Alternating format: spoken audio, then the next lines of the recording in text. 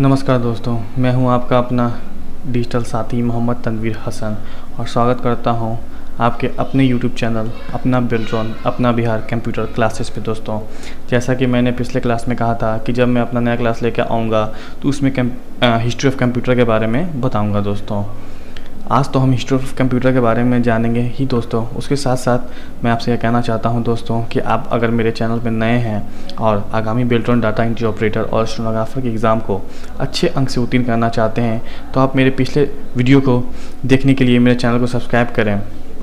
अगर आप मेरे चैनल को सब्सक्राइब करते हैं दोस्तों तो जो भी मैं क्लास देता हूं सबसे पहले उसका नोटिफिकेशन आपके पास जाएगा दोस्तों। तो मेरे कंप्यूटर क्लास को अच्छे ढंग से पढ़ने के लिए और महत्वपूर्ण रूप से हर तथ्यों को बहुत ही बारीकी से समझने के लिए मेरे चैनल को सब्सक्राइब करें दोस्तों। इसके साथ साथ मैं ये भी कहना चाहता हूं दोस्तों कि जो भी क्लास मैं देता हूं दोस्तों उसको शुरू से अंत तक देखें दोस्तों, क्योंकि ऐसा होता है बहुत सारे बच्चों का ऐसा कमेंट आता है और मैं देख रहा हूं दोस्तों कि बहुत सारे बच्चे ऐसा करते हैं कि शुरू के 10 से 15 मिनट वीडियो देखते हैं और समझते हैं कि बस इतना ही इसमें पढ़ाया गया है। दोस्तों, नहीं, कहने का तात्पर्य यह है दोस्तों कि आप शुरू से लेकर अंत तक का वीडियो देखिए दोस्तों, तभी आप जज कर पाइएगा दोस्तों कि किस तरह का क्लास चल रहा है और ये क्लास आपके लिए क्या महत्व रखता है। दोस्तों, अगर आप शुरू से लेकर अंत तक के वीडियो देखते हैं तो इससे आप काफ़ी जानकारी हासिल कर सकते हैं दोस्तों। इसलिए आपसे मैं फिर एक बार कहता हूं दोस्तों कि अगर आप मेरे चैनल पर नया है तो मेरे चैनल को सब्सक्राइब करें दोस्तों।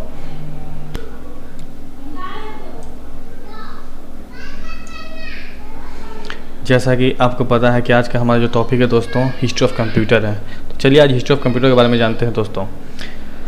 कहता है history of computer can be considered from rise of human culture as person known the calculation they use to some things for this purpose like pebbles stone etcetera. कहने का तात्पर्य यह है दोस्तों कि यहाँ पे कंपेयर करता है मानव के विकास से और कंप्यूटर के विकास से दोस्तों। जहाँ हम कह सकते हैं कि एक मानव की तरह कंप्यूटर का विकास हुआ दोस्तों और उसने गणना के लिए बहुत सारे पद्धतियों का इस्तेमाल किया, जैसे कि गणना के लिए वो स्टोन मतलब पत्थर का, पीबल्स मतलब कंकर का प्रयोग करते थे दोस्तों। लेकिन जब हम एक डिवाइस के रूप में कहते हैं दोस्तों तो हम कंप्यूटर को डिवाइस कह सकते हैं दोस्तों। आगे कहता है but as a device Roman abacus is the first device is use to BC for calculation. कहने का तात्पर्य यह है कि अगर हम एक डिवाइस के रूप में कंप्यूटर के तरक्की के बारे में कहें तो ये कहता है कि रोमन एबेकस जो था वो कंप्यूटर का फर्स्ट जनरेशन कंप्यूटर का फर्स्ट जनरेशन कह सकते हैं दोस्तों। कहने का मतलब है कि जो पहला कंप्यूटर था वो एबेकस के रूप में आया। उसके बाद इसमें बहुत सारे इन्वेंट हुए जो हम आगे देखते हैं। आगे कहता है in various mechanical device were invented for calculation like Pascaline by Blaise Pascal. Joseph Jacquard invented loom that is program using punch card. उसके बाद कहता है दोस्तों कि कैलकुलेशन के लिए आगे और डिवाइस आए जिसको अनेकों वैज्ञानिकों ने आविष्कार किया। पास्कलियन के बारे में बोलता है कि बेसिक पास्कल ने इसका आविष्कार किया। जोसेफ जैक्वार्ड के बारे में बोलता है कि लूम जो एक डिवाइस था जो कि पंच कार्ड के तर्ज पे तैयार किया गया था उसका आविष्कार जोसेफ जैक्वार्ड ने किया। आगे कहता है and Charles Babbage invented 2 machine analytical engines and difference engines. उसके बाद हम तो ये जानते हैं दोस्तों कि जो अंततः आविष्कार कंप्यूटर का किया, यानी कंप्यूटर के निर्माण या आविष्कार में जिनका सबसे ज़्यादा योगदान रहा है दोस्तों चार्ल्स बेबेज का रहा है दोस्तों। हम जानते हैं कि चार्ल्स बेबेज को कंप्यूटर का पितामह यानी फादर ऑफ कंप्यूटर कहा जाता है दोस्तों। उन्होंने दो मशीनों का आविष्कार किया, पहला एनालिटिकल इंजन और दूसरा डिफरेंस इंजन। उसके बाद बोलता है holidays census machine tableting machine tenets of Berry computer ABC is a fully digital electronic device use for linear equation. कहने का तात्पर्य यह है दोस्तों उसके बाद इसमें तरक्की होती चली गई और अनेकों जो गणना के जो कह सकते हैं गणना के जो मशीन आते चले गए वो आया दोस्तों। उसके साथ साथ ये भी है दोस्तों, एक बात जानने योग्य और है दोस्तों कि चार्ल्स बेबेज द्वारा जो 2 मशीन का आविष्कार किया गया था, जो पहला था एनालिटिकल इंजन और दूसरा था जो डिफेंस इंजन, उसके पहले जो भी डिवाइस आए कैलकुलेशन के लिए उसमें मेमोरी नहीं था दोस्तों। यानी एट ए टाइम जो काम किए उसको देखने के बाद वो वहीं से डिलीट हो जाता था दोस्तों। लेकिन चार्ल्स बेबेज के आविष्कार ने कंप्यूटर के आविष्कार में क्रांति लाई। सबसे पहले चार्ल्स बेबेज ने अपने एनालिटिकल इंजन और डिफरेंस इंजन में मेमोरी डाली दोस्तों। उसके बाद कहता है हॉवर्ड एल्काइन, उसके बाद कहता है Howard Eakin IBM has design Mark I, the first operational general purpose electromechanical computer. John Moseley and Presper Scott make the electronic numerical integrator and calculator ENIAC, first general purpose digital electronic computer used to compute a ballistic fingering. कहने का तात्पर्य यह है दोस्तों, उसके बाद computer के अनेकों आविष्कार होने लगे। लेकिन इसमें अगर कहें दोस्तों तो जो ENIAC हम जिसको बोलते हैं वो कंप्यूटर के क्षेत्र में मतलब मेमोरी के साथ साथ कैलकुलेशन करने का एक बहुत ही अच्छा जरिया बना दोस्तों। आज भी हम ENIAC से रिलेटेड प्रश्न बेल्टन डाटा इंटरप्रेटर किसी भी कंप्यूटर के एग्जाम में प्रश्न पूछे जाते हैं दोस्तों। उसके बाद कहता है universal automatic computer UNIVAC 1 was the first commercial successful computer. अगर हम बात करें दोस्तों, यूनिवैक का भी नाम आज के दौर में जाना जाता है दोस्तों। इसका फुल फॉर्म भी आता है कि यूनिवैक का फुल फॉर्म क्या है, तो उसका फुल फॉर्म ये होता है दोस्तों यूनिवर्सल ऑटोमेटिक कंप्यूटर। इसके बारे में ये कह रहा है दोस्तों कि कमर्शियल क्षेत्र में इस कंप्यूटर का बहुत बड़ा योगदान रहा है दोस्तों। कहने का मतलब है कि कमर्शियल क्षेत्र में बहुत सारे रोजगार के कार्य आ जाते हैं, जैसे बैंकिंग, बहुत सारे बड़े बड़े उद्योग, क्लिनिक, डॉक्टर क्लिनिक इत्यादि। Two era arises: mechanical era before 1945 having mechanical devices and electro era having electronic process technology। जैसे समय बीतता चला गया दोस्तों, वैसे वैसे इसकी जनरेशन में वृद्धि हो गई और बेहतर से बेहतर कंप्यूटर का आविष्कार होते गया। उसमें बहुत सारे नए टेक्नोलॉजी आए, उसी के बारे में बता रहा है दोस्तों कि 1945 से पहले किस टेक्नोलॉजी का मतलब वृद्धि हुआ, तो उसमें मैकेनिकल ईरा है। उसके बाद 1945 के बाद क्या बोल रहा है दोस्तों, तो उसमें इलेक्ट्रॉनिक ईरा है। आगे बढ़ते हैं दोस्तों। संक्षिप्त रूप में अगर हिस्ट्री ऑफ कंप्यूटर के बारे में कहें दोस्तों, तो हम ये कह सकते हैं कंप्यूटर के इतिहास पहले गणना के लिए प्रयोग लाई जाने वाली डिवाइसों में मैकेनिकल डिवाइसें थीं। एबेकस को पहला कंप्यूटर कहा जाता है। बाद में पास्कल, लॉरेंस, जैकब, एटो, सॉफ्टबेरी आदि ने कई डिवाइसें बनाई, परंतु किसी भी डिवाइस में मेमोरी नहीं डाली। तत्पश्चात 17वीं शताब्दी में चार्ल्स बेबेज ने एनालिटिकल और डिफेंस मशीन का आविष्कार किया, जिसे मेमोरी डाली गई। उक्त मशीन के आविष्कार से ही आधुनिक युग की शुरुआत हुई। बाद में आज की सभी कंप्यूटर में मेमोरी सबसे बड़ी विशेषता है। इसी कारण चार्ल्स बेबेज को कंप्यूटर का पितामह कहा जाता है। ENIAC प्रथम इलेक्ट्रॉनिक कंप्यूटर है। यही से इलेक्ट्रॉनिक कंप्यूटर की युग की शुरुआत हम कह सकते हैं दोस्तों। तो इस तरह से हिस्ट्री ऑफ कंप्यूटर का जो कॉन्सेप्ट था दोस्तों हम लोगों ने समझा, जाना और इसमें बहुत सारी बातें जानी दोस्तों। तो आइए आगे बढ़ते हैं और हम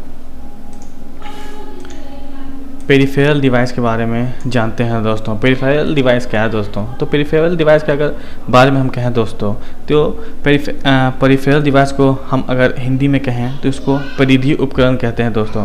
परिधीय उपकरण से तात्पर्य यह है दोस्तों कि कंप्यूटर में बाह्य रूप से जोड़े जाते हैं। कुछ विशेष कार्यों को क्रियान्वित करने के लिए इन उपकरणों का उपयोग किया जा सकता है दोस्तों। अगर हम कहें तो पेरिफेरल डिवाइस के अंतर्गत 3 जो इसके महत्व तत्व है दोस्तों वो ये हो सकते हैं दोस्तों। पहला जो है वो इनपुट डिवाइस, दूसरा आउटपुट डिवाइस और तीसरा जो है दोस्तों अदर पेरिफेरल। तो आज के संदर्भ में हम दोस्तों केवल और केवल इनपुट डिवाइस के बारे में पढ़ेंगे दोस्तों। इनपुट डिवाइस ये जो टॉपिक है दोस्तों इतना आसान नहीं है दोस्तों। इसके अंतर्गत बहुत सारे डिवाइस आते हैं जो कि कंप्यूटर के अंतर्गत डाटा इनपुट करते हैं दोस्तों। इनपुट डिवाइस के बारे में जानने से पहले ये भी जानना बहुत ज़रूरी है दोस्तों कि इनपुट डिवाइस होता क्या है। तो इनपुट डिवाइस के बारे में हम पहले भी लगता है बता चुके हैं दोस्तों। इनपुट डिवाइस एक ऐसा डिवाइस है जिसके द्वारा हम कोई भी डाटा कंप्यूटर में फीड करते हैं दोस्तों। बहुत प्रकार के इनपुट डिवाइस है दोस्तों और उनका काम भी अलग अलग है दोस्तों। लेकिन अगर हम इनपुट डिवाइस के बारे में बात करें, इसका एकमात्र उद्देश्य कंप्यूटर में डाटा को फीड करने का होता है दोस्तों। तो चलिए आइए इनपुट डिवाइस के बारे में जानते हैं कि इनपुट डिवाइस कौन कौन है और इनका नाम क्या है। इनपुट डिवाइस के बारे में कहता है दोस्तों, input device accept data and instruction from the user. यानी वही बात है दोस्तों, इनपुट डिवाइस वो डिवाइस होता है जो कि किसी भी कंप्यूटर ऑपरेटर के द्वारा या इंस्ट्रक्टर के द्वारा जो डाटा वो कंप्यूटर में फीड करता है वही डाटा उसके अंतर्गत जाता है दोस्तों। Following are the example of various input device which are connected to the computer for different purpose. कहने का तात्पर्य यही है दोस्तों कि यहाँ पे बहुत सारे इनपुट डिवाइस दिए गए हैं, सब है तो सब इनपुट डिवाइस दोस्तों, लेकिन सबका अलग अलग काम है। जिसमें सबसे पहला आपका कीबोर्ड है। तो सबसे पहले हम कीबोर्ड के बारे में जानेंगे दोस्तों, कीबोर्ड का क्या काम है कंप्यूटर में, इसके द्वारा डाटा को कैसे फीड किया जाता है दोस्तों।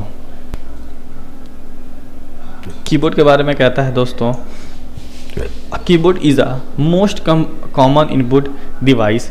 Several kinds of keyboard are available but they resemble each other with minor variation. The keyboard in most common use in QWERT board. तो कहने का तात्पर्य यह है दोस्तों, कंप्यूटर के बारे में कीबोर्ड के बारे में बोल रहा है दोस्तों कि कीबोर्ड जो है ये सबसे कॉमन इनपुट डिवाइस है दोस्तों, जो इनपुट डिवाइस में सबसे पहले नंबर पे आता है दोस्तों। आज के दौर में कीबोर्ड का बहुत सारा मॉडल मार्केट में उपलब्ध है दोस्तों, उसी के बारे में ये बता रहा है। लेकिन ये बताता है कि QWERT का जो कीबोर्ड होता है दोस्तों, जिसमें जनरली 104 कीज़ होते हैं, यानी 104 कीज़ होते हैं, वो ज़्यादा मशहूर है दोस्तों। इसके द्वारा डाटा फीड किया जाता है कंप्यूटर में दोस्तों। आगे बोलता है, in this keyboard the cursor control are duplicated to allow easier use of numerical pad.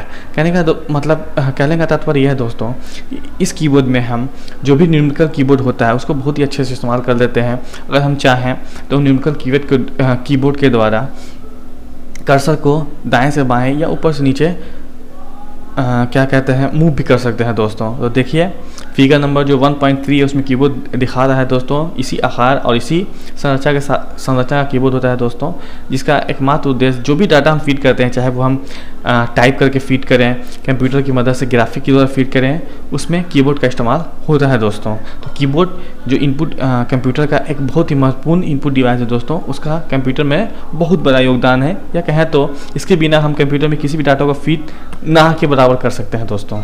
आगे बढ़ते हैं। हमारा दूसरा जो इनपुट डिवाइस है दोस्तों वो है माउस। ये लगता तो नाम से बहुत ही छोटा है दोस्तों, लेकिन कंप्यूटर के इस्तेमाल में माउस का काफ़ी बड़ा योगदान है। अगर हम जहाँ इनपुट डिवाइस में कीबोर्ड को बहुत ही ज़्यादा महत्वपूर्णता देते हैं, उसके साथ साथ हमें माउस का भी महत्वपूर्णता देना पड़ेगा दोस्तों। देखिए माउस के बारे में क्या कहता है। A mouse is an electromagnetical hand held device, it use as a pointer. सबसे पहला बात यह है दोस्तों कि माउस का इस्तेमाल हम पॉइंटर के रूप में करते हैं। बहुत सारा प्रश्न बेल्टों में पूछे जाते हैं दोस्तों कि एज अ पॉइंटर हम किस चीज़ का इस्तेमाल कंप्यूटर में करते हैं, तो हम माउस का इस्तेमाल करते हैं। कहता है दोस्तों हैंड हेल्ड डिवाइस, यानी इसका इस्तेमाल हम हाथ से करते हैं दोस्तों। आगे कहता है it can perform function like selecting menu commands, moving icons, resizing window, starting programs and choosing option. तो अगर हम कहें तो माउस का सिर्फ एक इस्तेमाल नहीं है कि हम कहने का तात्पर्य यह है कि एक जगह से दूसरी जगह पॉइंटर को ले जाएं। इसका काम बहुत सारा है। सबसे पहले किसी मेनू को सिलेक्ट करता है। अगर हम कहें तो आइकन को पकड़ के एक से दूसरी जगह मूव करता है। अगर हम आइकन का साइज या किसी भी फ़ॉन्ट का साइज बड़ा या छोटा करना चाहते हैं तो उसमें ये मदद करता है। इसके साथ साथ किसी भी प्रोग्रामिंग को स्टार्ट करने में ये मदद करता है। अगर हम किसी प्रोग्राम को बंद करना चाहते हैं उसमें ये माउस इस्तेमाल होता है। देखिए आपका जो फिगर नंबर 1.4 दिया हुआ है वो माउस है दोस्तों। इस प्रकार का जो चित्र है वो माउस का होता है दोस्तों, और इसी तरह के माउस का हम प्रयोग करते हैं। अगर हम माउस में बटन का बात करें तो माउस में मिनिमम देखा जाता है 3 बटन दोस्तों। एक राइट साइड होता है, एक लेफ्ट साइड होता है और एक मिडिल में होता है दोस्तों। राइट साइड का इस्तेमाल हम किसी भी डाटा की प्रॉपर्टीज़ देखने के लिए या उसे सिलेक्ट या उसके बारे में जानने के लिए करते हैं दोस्तों। लेफ्ट की का अगर हम राइट की का बात करें दोस्तों, तो राइट की का प्रयोग किसी भी डाटा को सिलेक्ट करने के लिए, किसी भी फॉन्ट को सिलेक्ट करने के लिए होता है दोस्तों। जो मिडिल का जो बटन होता है दोस्तों वो राउंड शेप में, सर्किल की शेप में होता है दोस्तों, जिससे हम अपने मेन्यू को वर्टिकल और हॉरिजॉन्टल में मूव करते हैं दोस्तों। आगे बढ़ते हैं दोस्तों और माउस के बारे में और महत्वपूर्ण बातें को जानते हैं। माउस के बारे में आगे कहता है दोस्तों, this the most common mouse use in internal magnetically coated ball to detect the movement of mouse across a flat surface usually as a desktop. अगर कहा जाए दोस्तों सर्वप्रथम जो माउस आया था उसके अंदर एक रोलर होता था दोस्तों, जो कि माउस के कर्सर को दाएं से बाएं ऊपर से नीचे करता था दोस्तों। लेकिन आज ऑप्टिकल माउस आ गया दोस्तों, जो कि बल्ब की रोशनी से काम करता है दोस्तों, जो हम ऑप्टिकल कह सकते हैं। देखिए वही बात आगे कहता है दोस्तों, नाउ अ डे ऑप्टिकल और laser mouse is use to detect the movement. All window based application today are design to work with a mouse. हम कहें दोस्तों तो जो पहले का जो माउस था दोस्तों उसको हैंडल करना थोड़ा मुश्किल था और बहुत लेंदी भी था दोस्तों। लेकिन जब से ऑप्टिकल माउस का मार्केट में आगमन हुआ तो इसने अपने काम को बहुत ही आसान बनाया और ऐसा कोई भी कंप्यूटर का कारण नहीं है दोस्तों जो हम इसके बिना कर सकते हैं दोस्तों। आगे कहता है, A mouse is used to replace hard to remember key combination with easier point and click action. However, it cannot suitable all keyboard operation. It can be alternate from common based operation. कहने का तात्पर्य है दोस्तों कि mouse से जो related प्रश्न होते हैं दोस्तों बिल्टोन में बहुत सारे आते हैं दोस्तों। एक क्वेश्चन ये भी आता है दोस्तों कि पॉइंट एंड क्लिक का डिवाइस कौन है, तो वो माउस है दोस्तों। देखिए हम आपको पहले ही बता चुके हैं कि 1.4 जो फिगर नंबर उसमें माउस का चित्र दिया हुआ है दोस्तों। आगे बढ़ते हैं और तीसरे इनपुट डिवाइस के बारे में जानते हैं दोस्तों। तीसरा जो हमारा इनपुट डिवाइस है दोस्तों वो है light pen. An input device that utilize a light sensitive detector to select object on a display screen. A light pen is similar to a mouse except that a light pen you can move the pointer and select object on the display screen by directing pointer to object with the pen. कह रहा है दोस्तों इसमें कि light pen भी एक तरह का माउस ही है दोस्तों, लेकिन हम माउस का इस्तेमाल किसी भी बेंच पे या डेस्क पे रख के इसका प्रयोग करते हैं दोस्तों। लेकिन लाइट पेन का इस्तेमाल हम कंप्यूटर मॉनिटर के सामने लाइट पेन से रोशनी निकलती है दोस्तों। जैसे जैसे हम रोशनी को स्क्रीन पे मूव करते हैं दोस्तों वैसे वैसे हमारा जो माउस कर्सर है लाइट पेन का ये डिटेक्ट करता है दोस्तों। बहुत सारी चीज़ों को पढ़ने में भी हम इसका इस्तेमाल करते हैं। आपका जो 1.5 फिगर है उसमें हम लाइट पेन का चित्र देख सकते हैं दोस्तों। आगे बढ़ते हैं और जो आपका चौथा जो इनपुट डिवाइस है उसके बारे में जानते हैं दोस्तों। चौथा जो हमारा इनपुट डिवाइस है दोस्तों उसमें स्कैनर है दोस्तों। आज के दौर में अगर हम स्कैनर का बात कहें दोस्तों तो इसका भी बहुत ज़्यादा महत्व बढ़ गया दोस्तों, क्योंकि बिना स्कैनर के द्वारा काम करना भी आप समझिए असंभव की तरह हो गया है। देखिए स्कैनर के बारे में क्या कहता है, These devices are used for automatic data collection. These devices of this category completely eliminate manual input of data. कहने का मतलब यह है दोस्तों कि इनपुट मतलब किसी भी डाटा को फीड करने के लिए हम स्कैनर का उपयोग करते हैं दोस्तों। मान लेते हैं हमारे पास कोई भी A4 साइज़ कॉपी है और उसमें कोई डाटा है दोस्तों, तो डायरेक्टली तो हम कंप्यूटर में उसको फीड नहीं कर सकते हैं दोस्तों। तो कंप्यूटर के कहने का तात्पर्य ये है कि हम स्कैनर के शीशे पे उसको रखते हैं दोस्तों।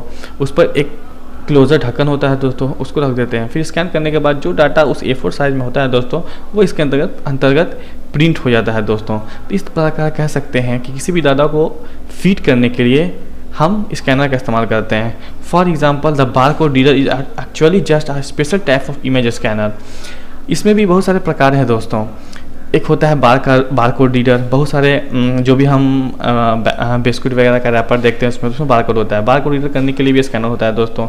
जब हम उस पर फ्लैश करते हैं तो उसका डाटा हमारे कंप्यूटर में इनपुट हो जाता है दोस्तों। आगे बढ़ते हैं। An image scanner translates print image into an electronic format that can be stored in a computer memory. जो भी हम आपको पहले ही बताया दोस्तों कि जो भी डाटा हमारे A4 साइज प्रिंट पेपर या लेटर पैड प्रिंट पेपर किसी भी पेपर में होता है दोस्तों, वो उस डाटा को कंप्यूटर के मतलब उस प्रिंटेड इमेज को जो भी उस पर प्रिंट होता है, चाहे हम डाटा भी कह सकते हैं इमेज भी कह सकते हैं, जो भी डाटा या इमेज होता है दोस्तों उसको कंप्यूटर में इलेक्ट्रॉनिक फॉर्म पे ट्रांसफ़र कर देता है दोस्तों और वो जाकर उसमें सेव हो जाता है दोस्तों। अगर हम चाहें तो उस डाटा को दोबारा किसी दूसरे पेपर पर प्रिंट करके भी हम उसको निकाल सकते हैं। लेकिन प्रिंटर का बात हम बाद में करेंगे दोस्तों, अभी हम स्कैनर के बारे में जानते हैं। आगे कहता है and with right kind of software one can alter a store image. Another example of scanner is optical character reader OCR device used by bank to convert the scan image of type of printed page into text that can be edited on the computer. आगे कहता है कि एक computer के प्रकार हैं जो कि OCR के बारे में कहा सकते दोस्तों, ऑप्टिकल कैरेक्टर रीडर। बहुत सारे ऐसे स्कैनर होते हैं दोस्तों जो कि बहुत सारे कैरेक्टर को पढ़ के भी कंप्यूटर में डाटा को सेव करते हैं, और जब चाहे हम उस डाटा को कन्वर्ट कर उसमें एडिट भी कर सकते हैं दोस्तों। तो ये था स्कैनर दोस्तों, जिसका आज के दौर में बहुत अधिक महत्व है। स्कैनर के बारे में और प्रिंटर के बारे में और विस्तार से हम आगे पढ़ेंगे दोस्तों, जब हम स्कैनर के टाइप के बारे में पढ़ेंगे कि स्कैनर कितने प्रकार का होता है और उसमें किस तरह से डाटा को इनपुट कंप्यूटर में किया जाता है दोस्तों। पहला आपका जो फिगर नंबर 1.6 है दोस्तों, उसमें आपको स्कैनर दिया हुआ है, इस आकार का स्कैनर होता है दोस्तों। तो आइए आगे बढ़ते हैं दोस्तों, और हम अपने अगले इनपुट डिवाइस टच स्क्रीन के बारे में जानते हैं दोस्तों। टच स्क्रीन आपका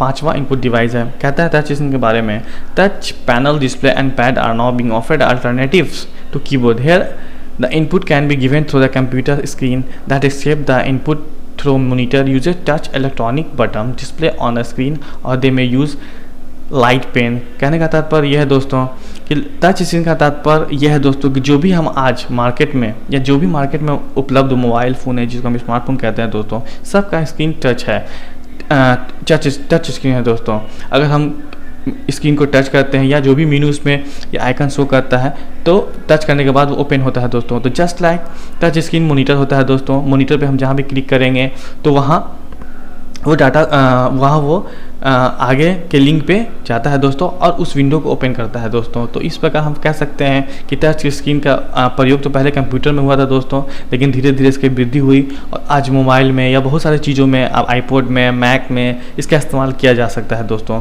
आपका जो 1.7 फिगर है दोस्तों, उसमें टच स्क्रीन के बारे में दिया गया है दोस्तों, और हम कह सकते हैं कि टच स्क्रीन का इमेज इसमें दिया गया है दोस्तों। देखिए इस फोटो में ये बता रहा है किस प्रकार से हम टच करके किसी भी काम को कंप्यूटर में कर सकते हैं दोस्तों।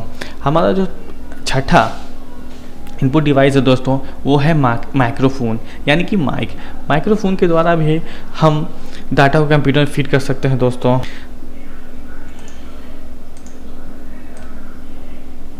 माइक्रोफोन के बारे में कहता है दोस्तों, microphone for voice as input.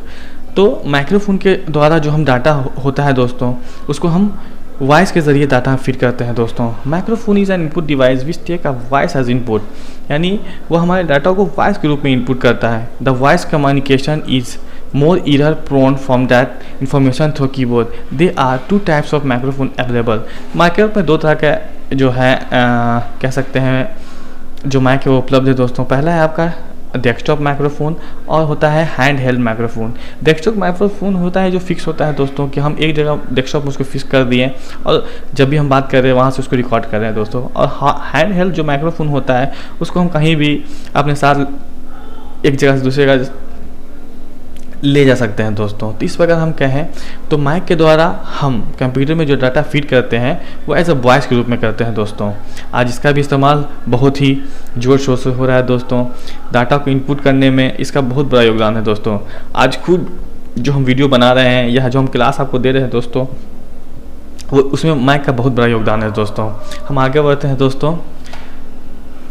देखिए फिगर नंबर आपका जो 1.8 है उसमें माउस का इमेज दिया हुआ है। पहला जो है आपका डेस्कटॉप माउस है और दूसरा जो है आपका हैंड हेल्ड माइक्रोफोन या हम कह सकते हैं माइक है दोस्तों। आगे बढ़ते हैं और देखते हैं कि हमारा जो अंतिम इनपुट डिवाइस है वो क्या है और उसमें क्या कहता है। हमारा जो अंतिम इनपुट डिवाइस है दोस्तों वो है ट्रैक बॉल। ट्रैक बॉल का क्या प्रयोग है आगे हम देखते हैं। कहता है track ball a pointing device is a mouse lying on its back to move the pointer. You rotate the ball with your thumb, your fingers or the palm on your hand तो अगर हम track ball के बारे में कहते हैं दोस्तों, तो जस्ट लाइक ये माउस की तरह काम करता है दोस्तों। लेकिन आज मार्केट में ऑप्टिकल माउस आ गया है, तो माउस को हम दाएं से बाएं करते हैं तो वो पॉइंटर को दाएं से बाएं करता है दोस्तों। लेकिन इसमें यह होता है कि एक जगह यह अस्थिर हो जाता है, इसको हम एक से दूसरी जगह ले नहीं जा सकते हैं दोस्तों। ट्रैक बॉल को हमको एक जगह फिक्स करना होता है। जिस तरह से हम उस पर लगे हुए बॉल को, जैसे कि आप फिगर में देख रहे हैं दोस्तों, आगे हम आपको फिगर देंगे, उसमें जो बॉल है उस पर हम जैसे जैसे उंगली को फेरते हैं वैसे वैसे हमारा जो पॉइंटर होता है वो मूव करता है दोस्तों। आगे कहता है there are usually 1 to 3 button next to ball which you use just like mouse button. जिस तरह से माउस में 3 बटन होते हैं दोस्तों, उस तरह इसमें भी 3 बटन होते हैं। The advantage of track ball over mouses is that the track ball is stationary so it does not require much space to use it. अगर हम माउस से इसको कंपेयर करते हैं तो इसका एक एडवांटेज यानी इसका एक फ़ायदा यह है दोस्तों कि माउस जो है वो ज़्यादा जगह घेरता है। क्योंकि हम माउस को हाथ से एक से दूसरे जगह ले जाते हैं तो एक एक एरिया, एक सर्किल को घेरता है दोस्तों। लेकिन ट्रैक बॉल है कि वो एक जगह फिक्स हो गया दोस्तों। उसके रोलर को हम जिस प्रकार उंगली से नचाएंगे उसी तरह वो दाएं से बाएं जाता है। In addition you can place a track ball on any type of surface including your lap. For both these reasons track ball are popular pointing device for portable computer. अगर हम पोर्टेबल कंप्यूटर की बात करते हैं दोस्तों तो उसमें track ball का इस्तेमाल है। लेकिन हमारे आज के दैनिक जीवन में ट्रैक बॉल का हम कहें तो बहुत ही कम उपयोग है, ज़्यादातर लोग माउस का ही इस्तेमाल करते हैं दोस्तों। तो प्रश्न जो आते हैं इनपुट डिवाइस में पॉइंटर के रूप में वो माउस से ही आते हैं, ट्रैक बॉल से बहुत ही कम आते हैं दोस्तों। आगे बढ़ते हैं और ट्रैक बॉल का इमेज देखते हैं दोस्तों। देखिए यही आपका जो फिगर नंबर 1.9 है वो ट्रैक बॉल का फिगर है। इसमें देखिए रोलर लगा हुआ है और यही पे हम उंगली फेरते हैं और ये दाएँ से बाएँ पॉइंटर को हमारा करता है। आज की क्लास में बस इतना ही दोस्तों। आगे जब हम अगला क्लास देंगे उसमें हम आउटपुट डिवाइस के बारे में पढ़ेंगे और उसके बाद जो अदर पेरिफेरल डिवाइस है उसके बारे में जानेंगे दोस्तों। एक बार और आपसे रिक्वेस्ट करते हैं दोस्तों कि वीडियो को शुरू से अंत तक देखें, उसके साथ साथ हमारे चैनल को सब्सक्राइब करें कि जब भी हम कोई नया क्लास डालें तो उसका नोटिफिकेशन आपके पास तुरंत आए। ऐसा करने से आपको ही फ़ायदा होगा दोस्तों। और आपका जो बेल्ट्रॉन का एग्ज़ाम होने वाला है उसमें आप सब मेरा यही कामना है दोस्तों कि आप जितना ज़्यादा मेरे चैनल पर पढ़ें और अपने एग्ज़ाम को जल्द से जल्द कंप्लीट करें। एक बात और दोस्तों, अगर आपको मेरा यह वीडियो पसंद आया है और आप आगामी बेल्ट्रॉन डाटा इंटरप्रेटर एवं बेल्ट्रॉन स्टेनोग्राफर की परीक्षा जो कि 2020 में आयोजित होने वाली है उसको पास करना चाहते हैं तो फिर मेरे चैनल को सब्सक्राइब करें, वीडियो को लाइक करें, वीडियो को शेयर करें एवं कमेंट बॉक्स में अपनी समस्याओं को दर्ज करें। आपका अपना डिजिटल साथी मोहम्मद तनवीर हसन।